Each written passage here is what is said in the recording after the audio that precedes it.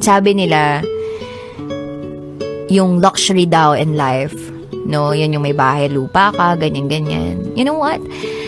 The most luxurious thing that you'll ever have in your entire life is peace. Yan ang pinaka hindi mabibili ng pera kahit kailan. Pero it's something super duper valuable and super duper important. And no amount of money can buy that. Yung kapayapaan sa puso't isipan. So I think instead of putting all our energies to be happy, let's just try to be calm and let go of things that are out of control.